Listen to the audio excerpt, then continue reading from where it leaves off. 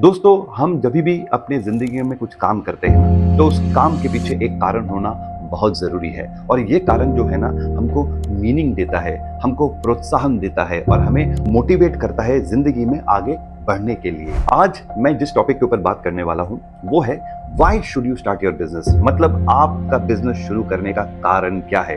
प्रमुख कारण सिर्फ दो होते हैं और ये मेरी अंडरस्टैंडिंग है। एक चीज होता है रीजन जो है वो टेंजिबल होता है। जैसे कि मैं ये कह सकता हूं कि मुझे प्रॉफिट चाहिए, मुझे डिस्ट्रीब्यूशन चाहिए, टर्नओवर चाहिए, प्रोडक्ट लाइन चाहिए। ये सब चीज टेंजिबल हो जाते हैं। दूसरा होता है पर्पस एक बहुत अलग चीज होती है, इनटेंजिबल होती है। और पर्पस जो है वो रीजन से बड़ी होती है। जैसा कि कुछ लोग ये कहेंगे कि जिस पर्पस से मैं अपने बिजनेस को लॉन्च कर रहा हूं, अपने प्रोडक्ट को कस्टमर के पास लेके आ रहा हूं, वो पर्पस ये है कि मैं सोसाइटी का स्टैंडर्ड ऑफ लिविंग बढ़ाना चाहता हूं। कुछ लोग ये कहेंगे कि मेरा पर्पस बिजनेस करने का ये है कि मैं एम्प्लॉयमेंट जनरेट करना चाहता हूं। तो दोस्तों, रीजन टेंजिबल होता है, जैसे कि प्रॉफिट हो गया, जैसे कि टर्नओवर हो गया। पर्पस इनटेंजिबल होता है, इमोशनल होता है, जैसे कि मैं एम्प्लॉयमेंट जनरेट करना चाहता हूं, मैं एक सोशल रिस्पॉन्सिबिलिटी को पूरा करना चाहता हूं। और याद रखिए दोस्तों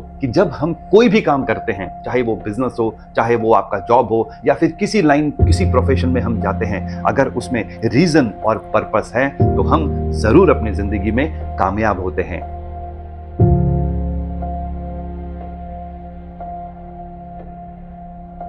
तो दोस्तों, इस चीज को एक्सप्लेन करने के लिए मैं आपको अपना ही उदाहरण देना चाहूंगा। जब मैंने sharp consulting and implementing company का निर्माण किया था, तो मेरा ऑब्जेक्टिव, मेरा जो रीजन था वो था कि भाई मुझे प्रॉफिट और टर्नओवर तो करना ही है, लेकिन इससे ज्यादा जरूरी मेरे लिए ये था कि मेरा जो पर्पस था वो ये था कि मैं लोगों को सिखा सकूं, बता सकूं कि एक ब्रांड अच्छी तरह किस तरह हम लॉन्च करते हैं। यही नहीं, मेरा पर्पस ये भी था कि जितने बड़े बड़े लोग होते हैं ना, वो बड़े बड़े कंपनियों के साथ जुड़ना चाहते हैं। छोटे लोगों को कोई बताना नहीं चाहता, मीडियम लोगों को कोई बताना नहीं चाहता कि ब्रांड किस तरह लॉन्च किया जाता है। और क्योंकि मैं ये अपना सोशल रिस्पॉन्सिबिलिटी मानता हूं, इसीलिए मेरे पास जो क्लाइंट्स होते हैं वो बड़े लेवल, मीडियम लेवल और स्मॉल लेवल भी होते हैं। और जिस वजह से मैं ये YouTube चैनल चला रहा हूं, उसकी एक प्रमुख वजह यह है कि मैं आप लोगों को सिखाना चाहता हूं कि ब्रांड किस तरह लॉन्च किया जाता है। क्योंकि जब आप ब्रांड को लॉन्च करोगे, जब आप अपना बिजनेस बनाओगे, तब आप एक एम्प्लॉयमेंट क्रिएट करते हो, जिससे सोसाइटी का बहुत बेनिफिट होता है। मैंने 2017 में sharp consulting and implementing company को फॉर्म किया है और तब से लेके आज तक करीब 20 से ज्यादा कंपनियों को मैंने एडवाइस किया है। और इस एडवाइस में जो मुझे सबसे बड़ा सेटिस्फैक्शन है वो ये है, करीब 100 से 150 लोगों को एम्प्लॉयमेंट मिला है। तो दोस्तों, याद रखिए, आप जब अपने बिजनेस को शुरू करेंगे, आपके पास रीजन तो होना ही चाहिए, क्योंकि प्रॉफिट बनाना जरूरी है।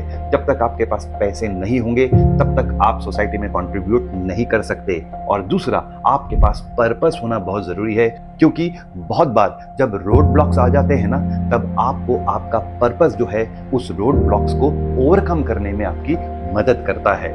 जब आपके पास पर्पस होता है ना, तो आप कस्टमर का ख्याल रखते हो, तब आप एम्प्लॉय का ख्याल रखते हो। आप एम्प्लॉय को वो सारी बेनिफिट देते हो जो बड़ी कंपनियां देती है। जैसे कि आप उसे पीएफ देते हो, आप उसे ग्रेजुइटी देते हो, आप उनका मेडिकल इंश्योरेंस कराते हो। क्यों? क्योंकि आप जानते हो कि जब तक मैं अपने एम्प्लॉयज का ख्याल नहीं रखूंगा, अपने कस्टमर्स का ख्याल नहीं रखूंगा, तब तक मेरी बिजनेस में चाहे कितना भी प्रॉफिट क्यों ना हो जाए, वो कभी भी मुझे मन की शांति नहीं देगा।